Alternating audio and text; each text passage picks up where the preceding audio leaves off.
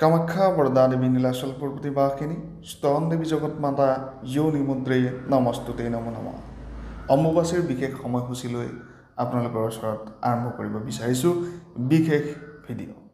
এই ভিডিঅ'ত আপোনালোকক জনাবলৈ চেষ্টা কৰিম অম্বুবাচীৰ ৰীতি নীতিৰ লগতে অম্বুবাচী 2026ৰ সময়সূচী।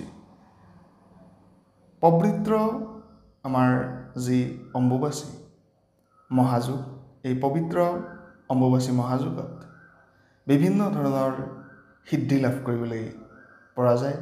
বিভিন্ন ধৰণৰ সিদ্ধি সৰ্বত্ৰে সাধকসকলে ল'বৰ বাবে যি উৰ্জা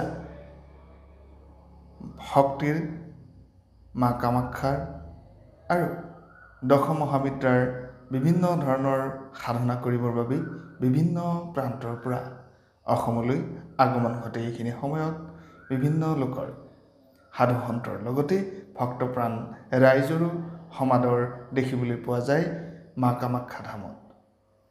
এতিয়া সাধাৰণতে অম্বুবাচীৰ সময়খিনিত যিহেতু আমি সৰ্বত্ৰে উৰ্জা শক্তি সম্পন্ন দৈবিক আভা সম্পন্ন সময় হিচাপে গণ্য কৰি আহিছোঁ, গতিকে এই দৈবিক শক্তি সম্পন্ন এই বিশেষ সময়খিনিত বিশেষ বিশেষ কৰ্মৰ বাবে যথেষ্ট প্ৰসিদ্ধ, যথেষ্ট ভাল বুলি আমি বিবেচনা কৰিব পাৰোঁ।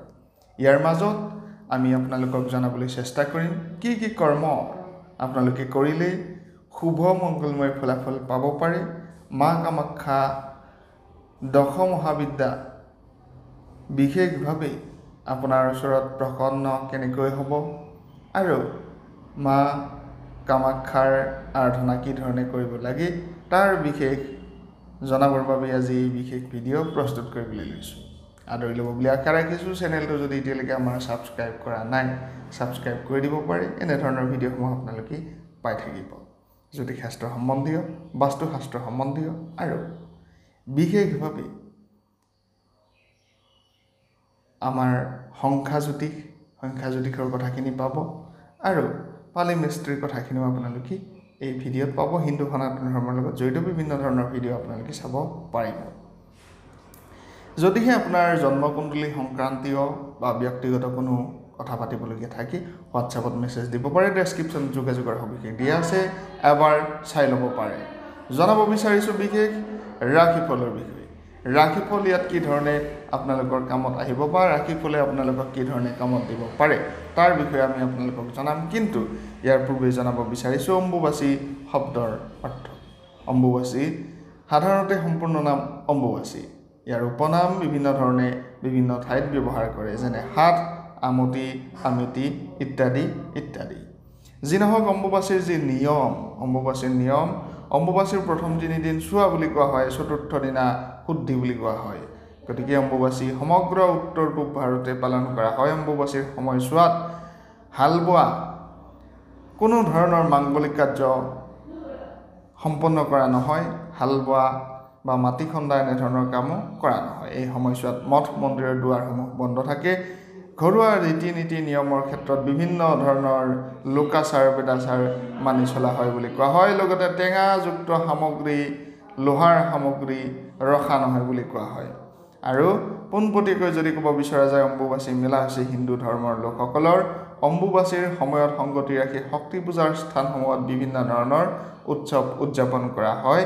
ইয়াৰ অন্যতম হৈছে মা কামাখ্যা।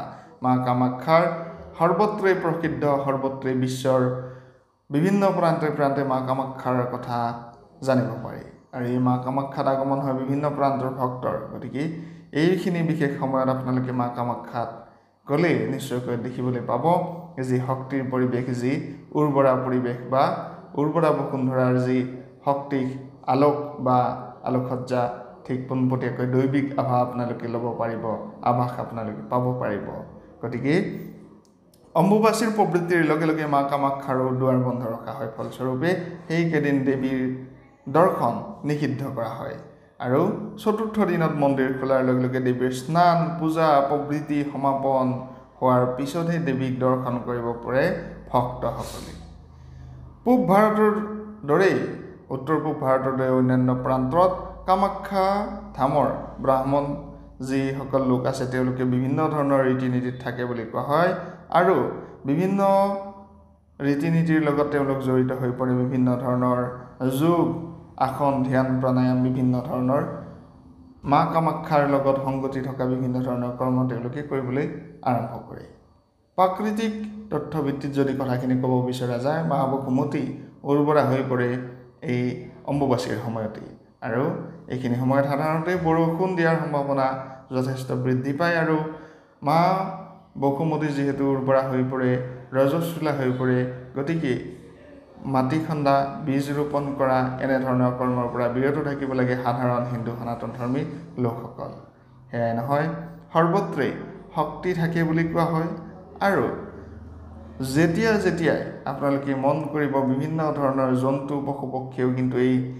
ৰীতি নীতি পালন কৰে আপোনালোকে চাব অম্বুবাচীৰ সময়ত কেঁচুৱে কেতিয়াও মাটি নাখান্দে আপোনালোকে কেঁচুৰ যি মাটি আপোনালোকে দেখা পায় গ্ৰাম্যাঞ্চলত লোকসকলে নিশ্চয়কৈ এই কথা অনুসৰণ কৰে কেঁচুৱে যেতিয়া মাটি খান্দে তেতিয়া বাহিৰত এটা ভেটিৰ দৰে সৃষ্টি হয় আৰু সেই ভেটিটো কিন্তু অম্বুবাচীৰ সময়ত কোনো কাৰণতে দেখা পোৱা নাযায় বা নতুন মাটি তোলা কোনো কাৰণতে দেখা পোৱা নাযায় গতিকে এই বিশেষ যি উৰ্বৰা শক্তিৰে ভৰা অসমৰ মা কামাখ্যা দেৱালয় এই কামাখ্যা দেৱালয়ৰ আচলতে মাহাত্ম্য অপৰম্পাৰ দেৱী শক্তিৰ সৰ্বত্ৰে সমাগত হয় আৰু দেৱী শক্তি সৰ্বত্ৰে প্ৰভাৱান্বিত হয় বা প্ৰবাহিত হয় আৰু এই দেৱী শক্তিৰ কৃপা দৃষ্টি সৰ্বত্ৰে থাকক সমৃদ্ধি আনক প্ৰত্যেকগৰাকী ব্যক্তিৰ প্ৰত্যেকগৰাকী শ্ৰোতা দৰ্শক সকলোৰে সৰ্বত্ৰে শান্তি বিৰাজিত হওক সৰ্বত্ৰে অগ্ৰগতি হওক তাৰ কামনা ৰাখিছোঁ আহিছোঁ বিশেষ ফলাফলৰ কথাখিনি ক'বৰ বাবে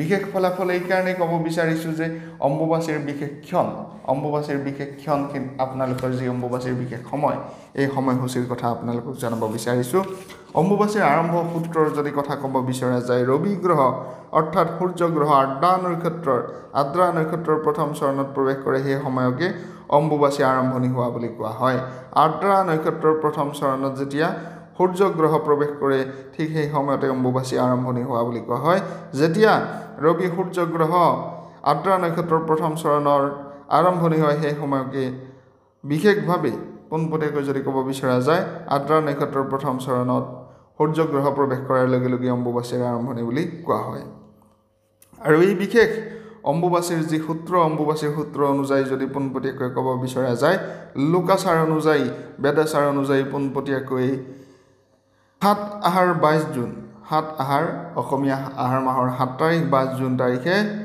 অম্বুবাচীৰ প্ৰবৃত্তি বুলি কোৱা হৈছে ৰাতিপুৱা ৮:৩২ ৰাতিপুৱা ৮:৩২:৪০ যোৱাত অম্বুবাচীৰ প্ৰবৃত্তি হ'ব ইয়াৰ লগে লগে অম্বুবাচীৰ ব্ৰত আৰম্ভণি হ'ব আৰু এই আৰম্ভণি অম্বুবাচীৰ ব্ৰতত বিশেষভাৱে গ্ৰহসকলৰ গতিবিধিৰ কথা মই আপোনালোকক কৈ দিব বিচাৰিছোঁ মেঘ ৰাশিত আছে মংগল গ্ৰহ বৃষ ৰাশিত আছে বৃহস্পতি আৰু মিথুন ৰাশিত আছে শুক্ৰ বুধ ৰবি মিথুন ৰাশিত শুক্ৰ বুধ ৰবি থকাৰ লগে লগে লক্ষ্মী নাৰায়ণ যুগৰ লগতে বুধাদিত্য ৰাজ যুগৰ প্ৰস্তুত হৈছে আনফালে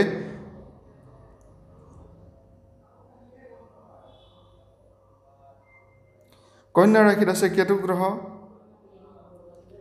ধনু ৰাশিত আছে চন্দ্ৰ গ্ৰহ কুম্ভ ৰাশিত আছে শনি গ্ৰহ আৰু মীন ৰাশিত আছে ৰাহু গ্ৰহ এই ক্ষেত্ৰত ইয়াৰ ফলাফল আপোনালোকে এই ধৰণে পাব পোনপটীয়াকৈ যদি সৌভাগ্যৰ কথা ক'ব বিচৰা যায় কোন ৰাশিৰ সৌভাগ্যৰ কথা ক'ব বিচৰা যায় পোনপটীয়াকৈ 12টা ৰাশিৰ ওপৰত প্ৰভাৱান্বিত হ'ব এই বিশেষ ৰাশিফল আৰু সৰ্বত্ৰে যদি আপোনালোকে মা কামাখ্যা আদি শক্তি ৰাজৰাজেশ্বৰী মা কামাখ্যাৰ যদি আপোনালোকে মন্ত্ৰ সাধনা কৰিব বিচাৰে বা দশ মহাবিদ্যালয় যদি আপোনালোকে আশীৰ্বাদ লাভ কৰিব বিচাৰে তেনেহ'লে এইকেইদিন সৰ্বত্ৰে নিৰামিষ ভোজন কৰক আপোনালোকে পাৰিলে যদি পাৰে দিনত এবাৰকৈ ভোজন কৰক আৰু মা কামাখ্যা ৰাজৰাজেশ্বৰী কামাখ্যা দেৱী লগতে দশ মহাবিদ্যাৰ বিভিন্ন ধৰণৰ জপ তপ সাধনা মহাকালী সাধনাৰ লগতে তন্ত্ৰ সাধনা মন্ত্ৰ সাধনাৰ কাৰণে কিন্তু যথেষ্ট শুভ সময় ইয়াৰ লগতে আপোনালোকে যদি নিৰ্দিষ্টভাৱে যিকোনো জব কৰে, আপুনি যিকোনো জব নকৰক কিয়, যদিহে দশম মহাবিদ্যালয়ৰ ভিতৰত বা মা কালীৰ ভিতৰত এনেধৰণৰ জব পৰে বা মা কালী, মা কামাখ্যা, দুৰ্গা আপোনালোকে যদি শক্তিৰ জব কৰে, তেনেহ'লে কিন্তু এইখিনি সময়ত আপোনালোকে সিদ্ধ কৰি ল'ব পাৰিব আপোনাৰ জব তপ সাধনা।